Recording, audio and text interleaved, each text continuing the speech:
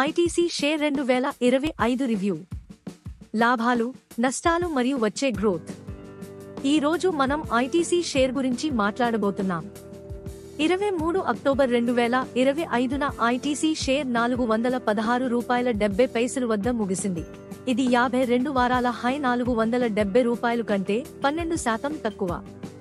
ఈ ఏడాది YTD ప్రదర్శనలో స్టాక్ సుమారు 10% తగ్గింది. మార్కెట్ కాంపిటీటర్లతో పోలిస్తే మెల్లగా ఉంది. Q1 FY26లో నికర లాభం ₹5,274 కోట్లుగా, రెవెన్యూ ₹21,494 కోట్ల వద్ద ఉంది. EPS ₹3.93, full year EPS ₹16.07. Emkay global add rating ఇస్తోంది. Target price ₹475.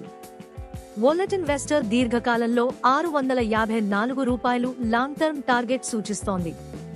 సగటు 12 నెలల టార్గెట్ ₹494, అంటే మోడరేట్ అప్సైడ్ ఉంది.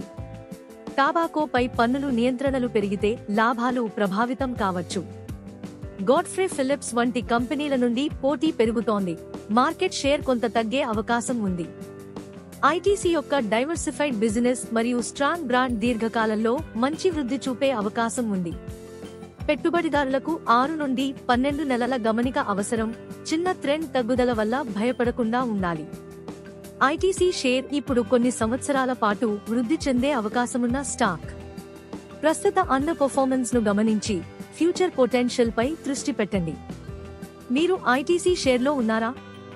లాభాలు, నష్టాలు చూసి మీరు హోల్డ్ చేయాలా లేక విక్రయించాలా అనుకుంటున్నారు?